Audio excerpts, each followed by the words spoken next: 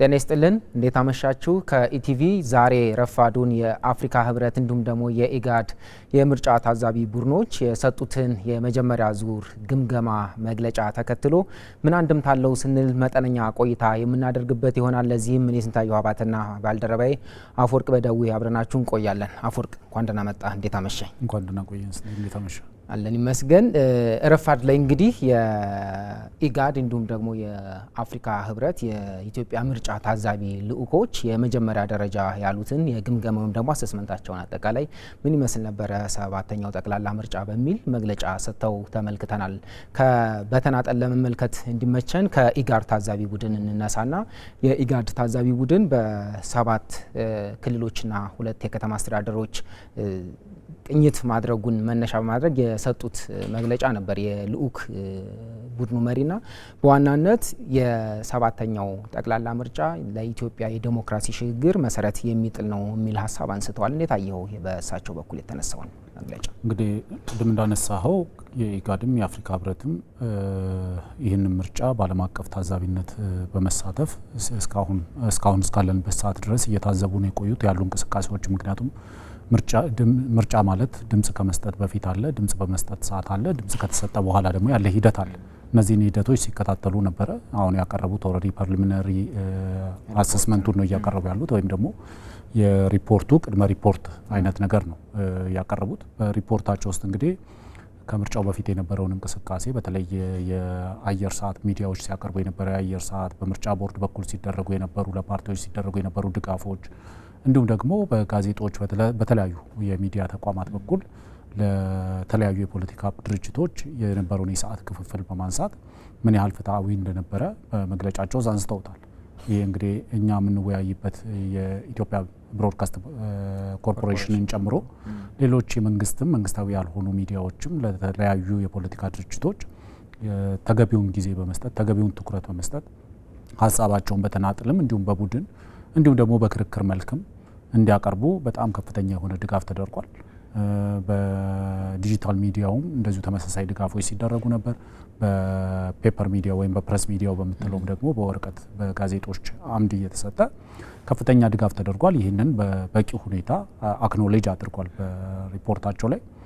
ሁለተኛው እንግዲህ ያዩት ደግሞ ድምጽ በተሰጠበት ሰዓት ላይ የነበረውን እንቅስቃሴ ነው። በተለይ ከዚህ ቀደም ከነበረው በተለየ ሁኔታ በድምጽ መስጫ ወረቀት ላይ የፓርቲዎች ስም ዝርዝር በቅደም ተከተል የሚቀመጥበት በእጣ ሲስተም መደረጉ። ምክንያቱም ከዚህ በፊት የነበረው ፓርቲዎች በእጣ ሳይሆን ድልድል የሚደረገው ወይ በስፔሊንግ ይደረጋል ወይ ደግሞ ኢንከመንት የምንለው ወይም ደግሞ አገሪቷን እየመራ ያለው ፓርቲ ቅድሚያ የሚያገኝበት፣ በሚዲያዎችም ላይ ተመሳሳይ የበላይነት የሚወስድበት ሁኔታ ነበር። ያ ተቀይሮ አሁን የፖለቲካ ፓርቲዎች በድምጽ መስጫ ወረቀቱ ላይ ድርደራቸው ሲካሄድ ከአልፋቤትም ወይም ደግሞ ከኢንከምበንቱ ይጀምር የነበረው አሁን ተቀይሮ በእጣ ሲስተም እንዲደረደሩ መደረጋቸውን እንደ ትልቅ ለውጥና መሻሻል ወይም እንደ አቺቭመንት አቅርበውታል። በድምጽ መስጫ ሰዓት ደግሞ ህብረተሰቡ በሰፊው በነቂስ መውጣቱን ከሌሎች የአፍሪካ ሀገራት እሳቸውም ከታዘቡት ሌሎች የአፍሪካ ሀገራት ጋር በማወዳደር ፈጽሞ ያልጠበቁት ፈጽሞ አይተውት የማያውቁት ነገር የኢትዮጵያ ህዝብ ተነሳሽነት፣ የዲሞክራሲ መብቱን ለመጠቀም ያለው ተነሳሽነት፣ በድምጹ መንግስት ለመመስረት ያለውን ተነሳሽነት አጉልተው ለማሳየት ሞክረዋል።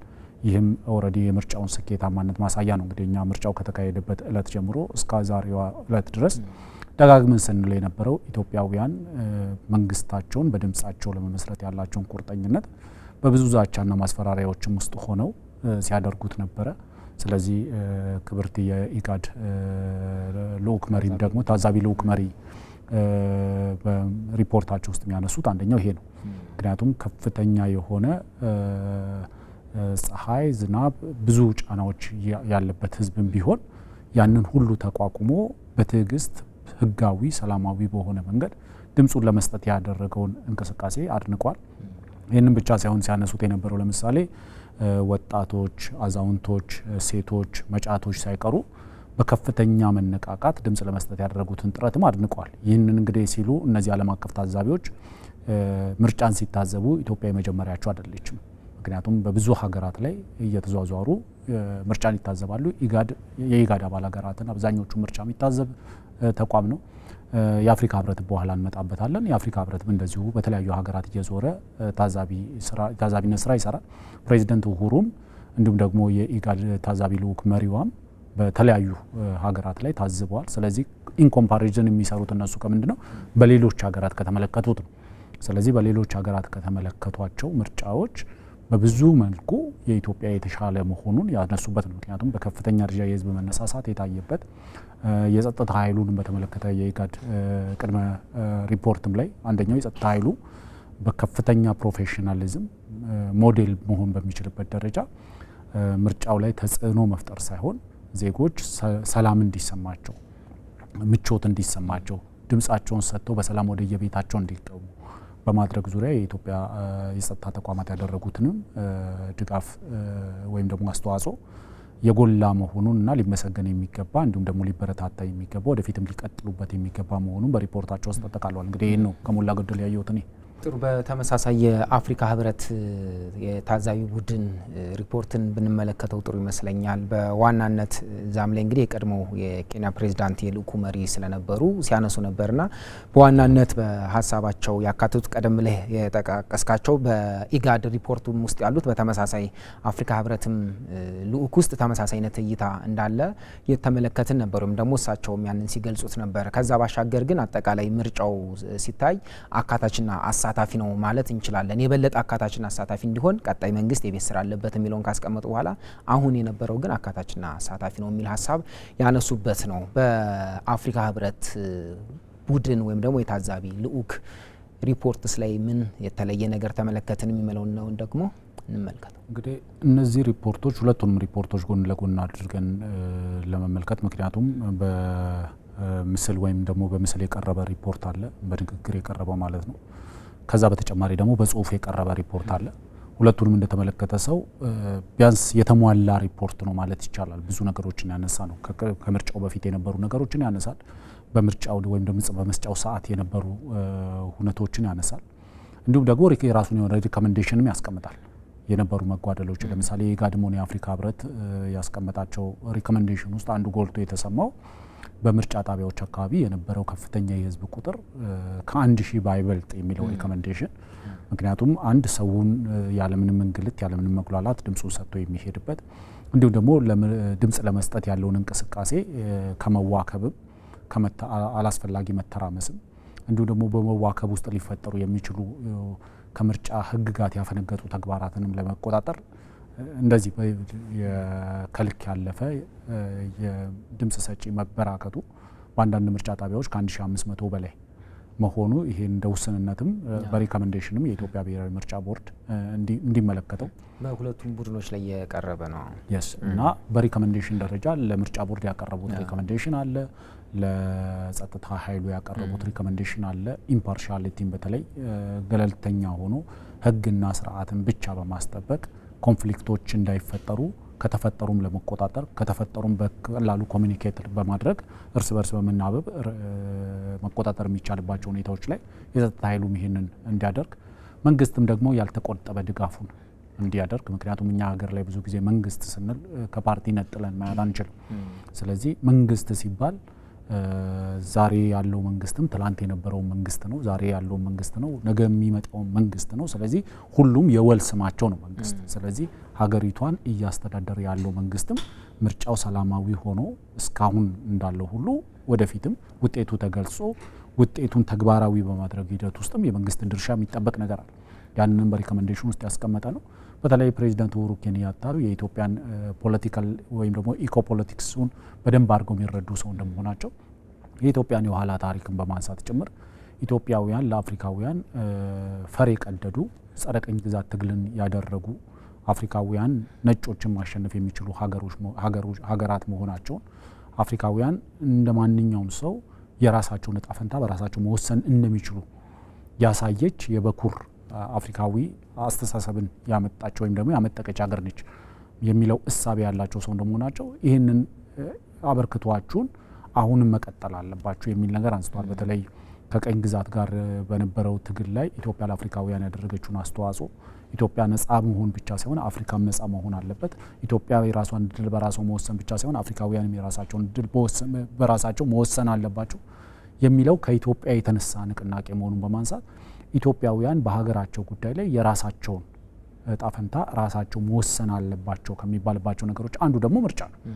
ስለዚህ ምርጫ በኢትዮጵያ ውስጥ ሲካሄድ ኢትዮጵያ ለአፍሪካውያን ኢትዮጵያ ውስጥ ተጀምሮ ወደ አፍሪካ የተጋባውን አፍሪካውያን በሀገራቸው የራሳቸውን እድል በራሳቸው መወሰን ይችላሉ የሚለውን አጉልተው ለማሳየት ሞክረዋል። እንግዲህ በተለይ የቀድሞ ፕሬዚዳንት ኡሁሩ ኬንያታ ማለቴ ነው ከፐርሰናል ኖት ብለው ባነሱት ውስጥ ለኢትዮጵያ ያላቸውን ስል ቀደም ያነሳዋል። በመውጫ ሀሳባችን ከቀጣዩ የቤት ስራችን ጋር እንዴት እንጠቀምበት ብለን መለስ ብለን ለማስተሳሰር እንሞክራለን። በሁለቱ ልኡኮች ወይም ደግሞ የታዛቢ ቡድኖች መካከልና በኢትዮጵያ ብሔራዊ ምርጫ ቦርድ የየቀን መግለጫዎች መካከል ልዩነት አየ ነው በተደጋጋሚ ስናነሳ ነበር። ከሰሞኑ ኢትዮጵያን የራሳቸውን ዕጣ ፈንታ መወሰን ያለባቸው ራሳቸው ኢትዮጵያን ናቸው። ከዛ ካለፈ ደግሞ የአፍሪካውያን ችግር በአፍሪካዊ መፍትሄ ነው ማግኘት ያለበት።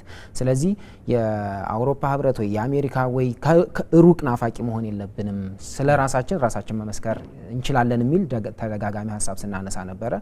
በሁለቱ የዛሬ ረፋድ መግለጫ ላይ ምርጫ ቦርድ ያላለውን ማግኘት ቻል ነው የሚለውን ነገር ብናየው ጥሩ ነው ብዬ አስባለሁ። በተለይ የምርጫ ቦርድ የየቀን መግለጫዎች ስንመለከት በእጥረት በኩል የተነሱት ምርጫ ቦርድም ይቅርታም ጭምር ሲጠይቅባቸው ነበረ። በፈጣን ምላሽ ለመስጠት ሙከራ እያደረኩባቸው ነው ያለው አለ። የደረሰለትን ያክል ሄዷል ውሳኔ በመስጠት ወይም ደግሞ መፍትሄ በማበጀት በኩል፣ በሌላ በኩል ደግሞ የወጣው ሰው ሁሉ ድምፁ ዋጋ እንዲኖረው ለማድረግ እስከ ተጨማሪ 6 ሰዓት ያክል የድምፅ መስጫ ሰዓቱን ማራዘሙን ሲያሳውቅ ነበር። በኢጋድም ሪፖርት ላይ ይህን ተካቶ እየተመለከት ነው ነበርና አጠቃላይ ግን ስንመለከተው ከምርጫ ቦርድ ጋር የሚፋተግ ወይ ደግሞ የማይገናኝ ነገር የኢትዮጵያ ብሔራዊ ምርጫ ቦርድ ደግሞ የኢትዮጵያ መንግስት ደብቆት እነዚህ ይፋ ያደረጉት ነገር ያየን አልመሰለኝም። እና እዛ ላይ ያለ ምልከታ ምንድን ነው? በተባለው ልክ የመሄዱን ነገር እንዴት አገኘው ልልህ ነው። በሪፖርታቸው ውስጥ የምታየው አብዛኛው ነገር እንደ አውትሳይደር ከመመልከት ይልቅ እንደ ጉዳዩ ባለቤት የመመልከት ነገር በውስጡ አይቻለሁ። በአዲስ ነገር ያመጡት ነገር አለ ወይ ካልካ አዲስ ነገር ብዙ ሰዎች ሜቢ ምርጫ ቦርድም አንዳንዴ እስከ 6 ሰዓት አራዝም ያለው የሚለውን ነገር እናያለን አይደል? ግን የተለያዩ ቦታዎች ላይ እስከ 8 ሰዓት ምርጫ የተካሄደባቸው ቦታዎች አሉ። ምክንያቱም የተሰለፈው ሰው ድምፁን ሳይሰጥ መሄድ የለበትም የሚለው ኢጋድም በሪፖርት ውስጥ አካቶታል። የአፍሪካ ህብረትም ሪፖርት ውስጥ ታገኘዋለህ። ስለዚህ ይህንን ታያለ። በጸጥታ ችግር ምክንያት የተስተጓጎሉ የምርጫ ሂደቶች በአንዳንድ ቦታዎች ላይ መኖራቸውንም እሱንም አንስተዋል። የጸጥታ ችግር በተከሰተባቸውና ምርጫ ሳይካሄድበት ባለፋቸው አካባቢዎች ላይ ደግሞ የምርጫ ቦርድ የሰላም ሁኔታው ሲስተካከል ምርጫ ለማድረግ ያለውን ተነሳሽነትም በዚሁ አድንቀው ነው ያቀረቡት። ስለዚህ ምርጫ ቦርድ ከሚለው በተለያየ መንገድ እኛም በሚዲያ ላይ ቀርበን ስንላቸው ከነበሩ ነገሮች የተለየ ነገር አይደለም። ምክንያቱም የተለየ ነገር ያልሆነበት ዋነኛው ምክንያት ለምሳሌ ምርጫ ቦርድ የሚለውና የአፍሪካ ህብረት የሚለውና ኢጋድ የሚለውና እኛ በሚዲያ ላለፉት ቀናቶች ስንሰራ የነበረው መካከል ያለው መናበብ ምክንያቱ ብዬ ማስበው መሬት ላይ ያለው ፋክት ነው መነሻ አድርገን የምንወስደው ሪፈረንሳችን እሱ ነው። ስለዚህ ከአንድ ሪፈረንስ የምትወስድ ከሆነ መሬት ላይ ካለው እውነታ የምትወስድ ከሆነ ድምዳሜክም ወደ ተመሳሳይ ነው የሚሄደው። አየር ላይ የሆነ ነገር ከሆነ ነው የተለያየ ድምዳሜ ይዘህ የምትመጣው። ምክንያቱም አሁን ለምሳሌ በአሉባልታ በስማ በለው ከሆነ የሚጨመርም የሚቀነስም ነገር እየተጨመረ ስለሚመጣ የተለያየ ድምዳሜ ላይ ትደርሳል። አሁን ግን ሁላችንም ከተመሳሳይ ቋት ነው መረጃ የምትወስደው። ቋት ስትል ደግሞ ተሰብስቦ የመጣ መረጃ አይደለም፣ መሬት ላይ ያለው እውነታ ነው። ሰዎች ተሰልፈው ድምጻቸውን ሲሰጡ አይተዋል። እስከ ሌሊቱ 8 ሰዓት ድረስ ድምጽ ሲሰጥ ተመልክተዋል። የኦብዘርቨሮቹ ከድምጽ መስጫ ሰዓቱ 30 ደቂቃ ቀድሞ ቦታው ላይ ሲገኙ ከነሱ ሰዓታትን ቀድሞ ደግሞ የተሰለፈ ዜጋ አግኝተዋል። ስለዚህ ይሄ መሬት ላይ የነበረ ፋክት ነው።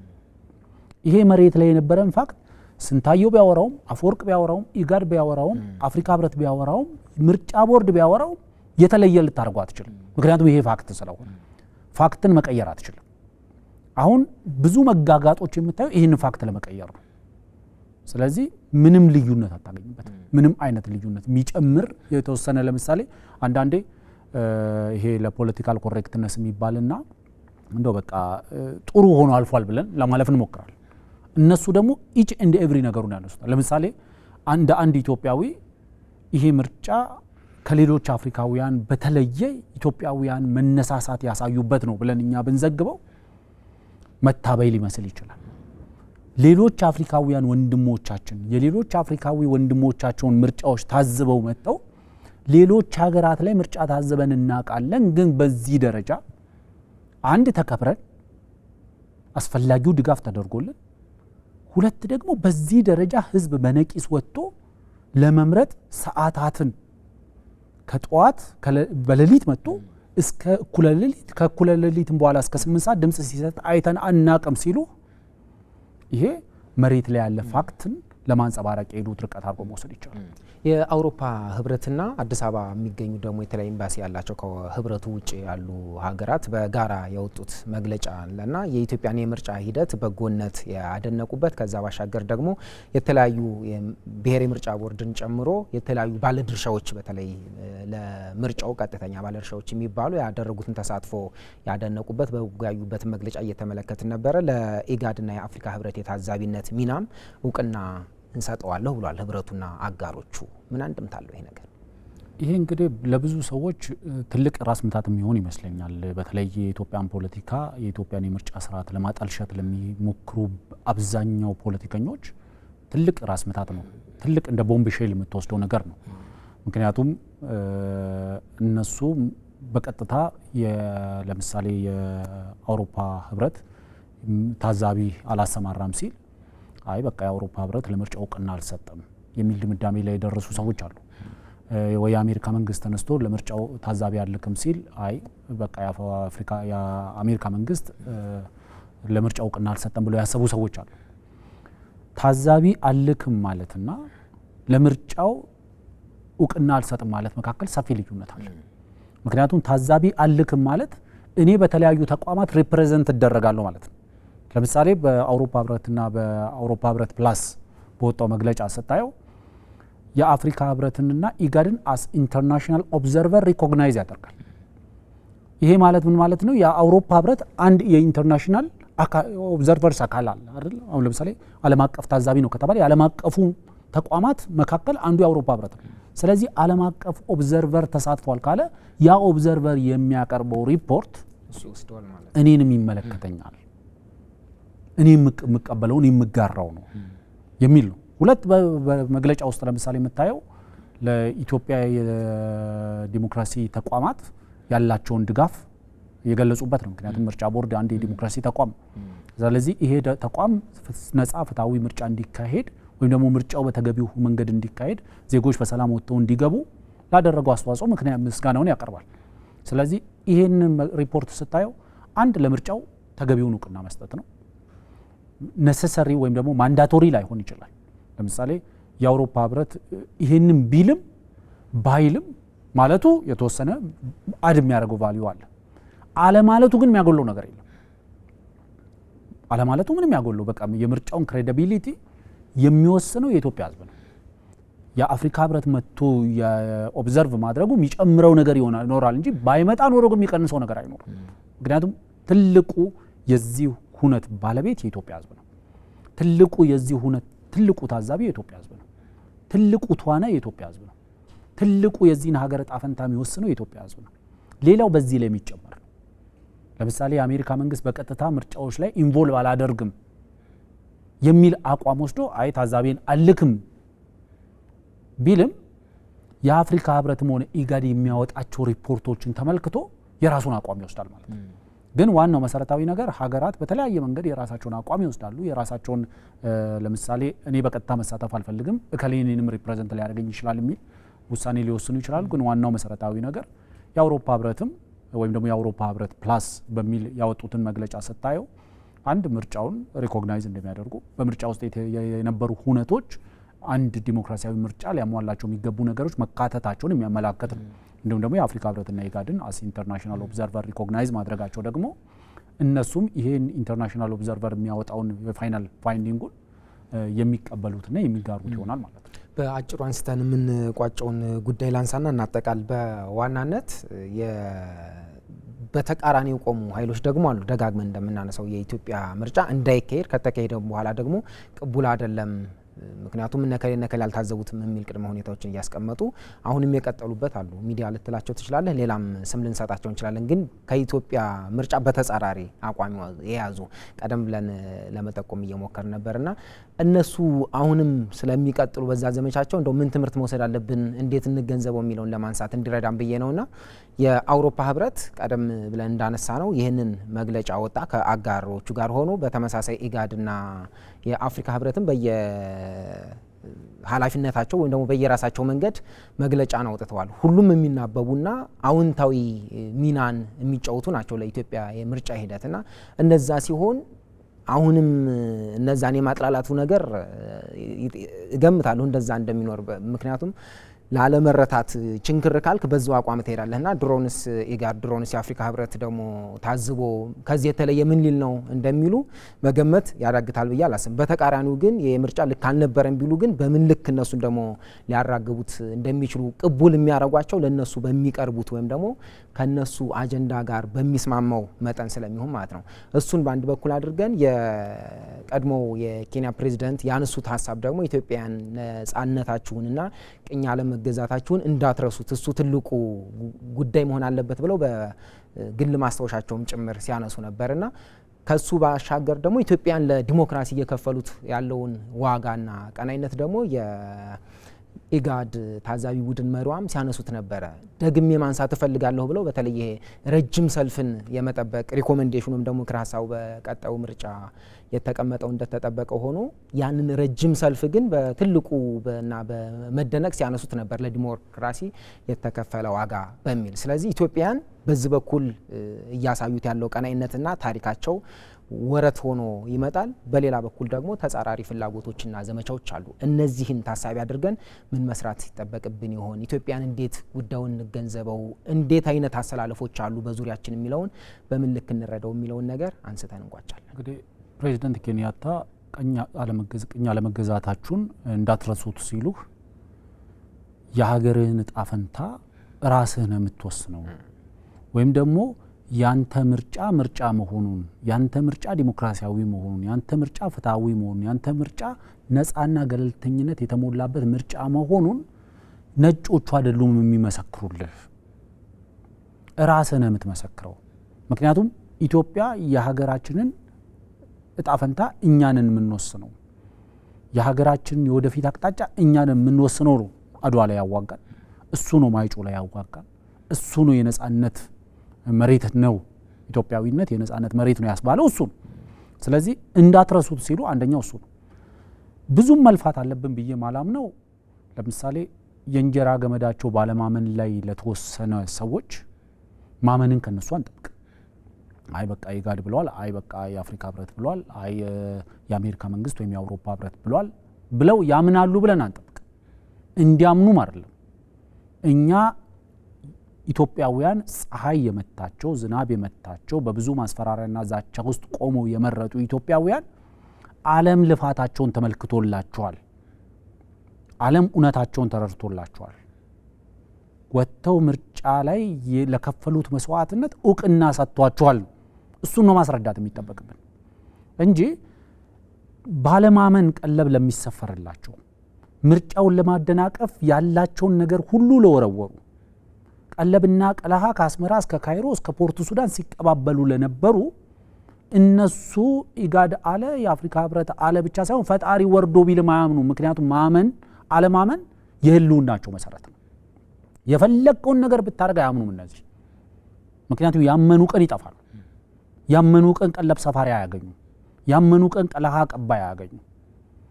ስለዚህ ዋናው መሰረታዊ ነገር ኢትዮጵያውያን ዝናብ የመታቸው ኢትዮጵያውያን ፀሐይ የመታቸው ኢትዮጵያውያን ባልጸና ወገባቸው ህጻናታቸውን ታሸክመው የወጡ ኢትዮጵያውያን በከዘራ የቆሙ አዛውንቶች ፀሐይና ብርድ ምናምን የተፈራረቀባቸው ወጣቶች እነዛ ሁሉ ዓለም ልፋታቸውን ተመልክቷል። ዓለም እውነታቸውን አይቷል። ይሄ ምርጫ በሰላማዊ መንገድ እንዲጠናቀቅ የኢትዮጵያ የጸጥታ ተቋማት ያደረጉትን ዓለም ተመልክቶላቸዋል። የኢጋድ ልኡክ መሪ ያሉት ይሄንን ነው። ስታደርጉት አይተናል፣ ስትችሉ አይተናል፣ ህዝብ በሰላም ምርጫ እንዲያደርግ ስታደርጉ አይተናል። ስለዚህ የጸጥታ ተቋማት እናመሰግናለን ያሉት ዓለም መመልከታቸውን ነው አጉልተን ልናሳይ የሚገባው እንጂ ያላመኑት እንዲያምኑ ያልገባቸው እንዲገባቸው። ምክንያቱም ዲሊበሬትሊ ነው ያልገባቸው፣ ሆም ብለው ነው ያልገባቸው፣ ፎር ፖለቲካል አቋም ወስደው ነው ያልገባቸው፣ የእንጀራ ገመዳቸው ስለሆነ ነው ያልገባቸው እንጂ ኢን ክሊር ማይንድ መሬት ላይ ያለውን ፋክት መሰረት አድርገው አይደለም ያልገባቸው የሚለውን በደንብ አስምሮ ማየት ያስፈልጋል። በጣም አመሰግናለሁ አፈወርቅ። አመሰግናለሁ። የተወደዳችሁ ከኢቢሲ ጋር ስለቆያችሁ እናመሰግናለን። በልዩ ዝግጅት እኔን ስንታየሁ ሀባተና አፈወርቅ በደዊ በዋናነት የአፍሪካ ህብረትና የኢጋድ የታዛቢ ቡድኖችን መግለጫ ወይም ደግሞ የልኡኮቹ የመጀመሪያ ዙር ሪፖርታቸውን የተመለከትንበት እንዲሁም ደግሞ ከአውሮፓ ህብረትና አጋሮቹ የጋራ መግለጫ ጋር በተገናኘ ምን አንድምታ አለው የሚለውን ነገር የዳሰስንበት ልዩ ዝግጅታችን በዚህ ይጠናቀቃል። ካፍታ በኋላ ደግሞ መደበኛው የሀገር ጉዳይ ፕሮግራም ከእንግዳችን ጋር አብሮ የሚመለስ ይሆናል። ስለ አብሮነታችሁ ግን እናመሰግናለን። ጤና ይስጥልን።